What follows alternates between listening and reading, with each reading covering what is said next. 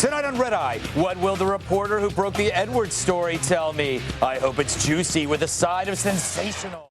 Who's your daddy? Little Frances Quinn Hunter may never know the answer to that question. Aww. I know it's sad, former John Edwards campaign aide Rielle Hunter, there she is with that crazy hair, said that she will not have her daughter DNA tested to establish whether Edwards is her pappy. She calls it an invasion of her privacy and her daughter's privacy as well.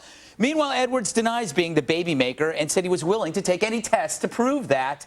Joining us now is National Enquirer senior reporter Alexander Hitchen, who broke the story of the affair. Alexander, congratulations on all your hard work. Thanks, Greg. Really appreciate it. Yeah. Now, does your paper have proof that Edwards is the father of Frances Quinn? Greg, we've been going on about this for 10 months now since we first broke the investigation and of the affair.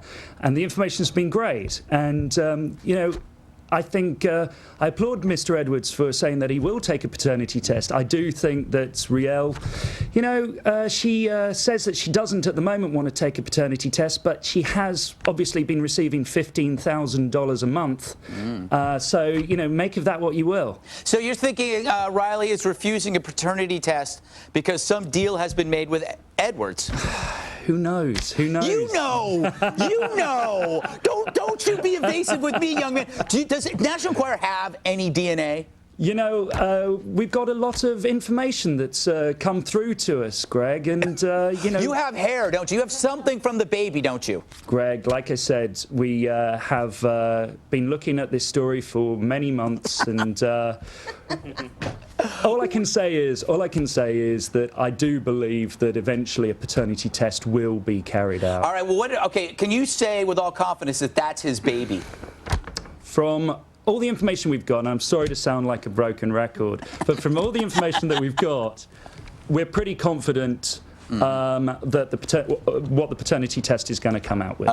We were calling him the child a love child from the get-go. Yeah, that's true. Why didn't the mainstream media report on this story until last Friday? Isn't that a great question? Yes. What a great question. I mean, if you have to ask. I mean, I know obviously the station we're on, but it was Fox that was the first to independently confirm that the episode did take place of Mr. Edwards going to visit Rielle. They sent 2 reporters in, and they did a great job, and they confirmed the day after we broke the story. So you were there. You know, you were there. Weren't you the one chasing him down the stairs into the bathroom? Yeah. And he was holding the door against you. That's right. This reminds me of the last scene in Fargo when the character's trying to crawl out the window and they're dragging him back in. It's really kind of pathetic, isn't it? You know, it was such a surreal evening. I mean, you've got to understand, it was 2:40 in the morning. Yeah.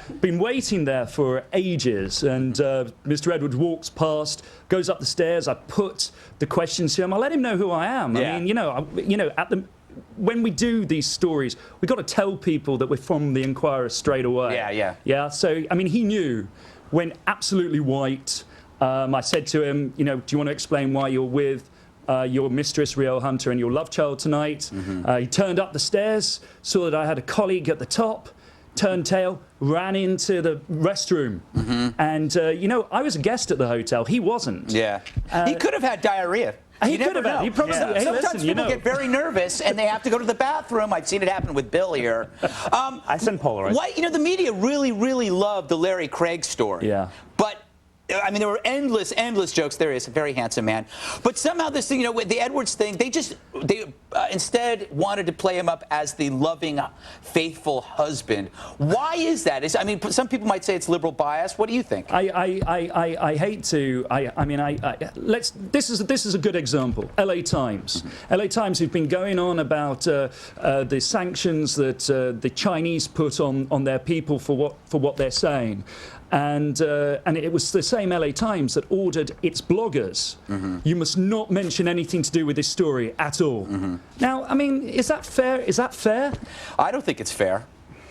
Is that rhetorical, or should we chime in? I don't know. I don't think. I agree with him. I don't think it's fair. Hey, Alexander, we got to go. Thanks a lot. Great now, when you have anything new, you have to tell us. Hey, you'll be the first to know. You bet. Somehow, I don't believe you, but I'm going to pretend to believe you. All right. Let's go to the panel. Noel, do you think the media was right not to cover this story until Edwards confirmed the affair?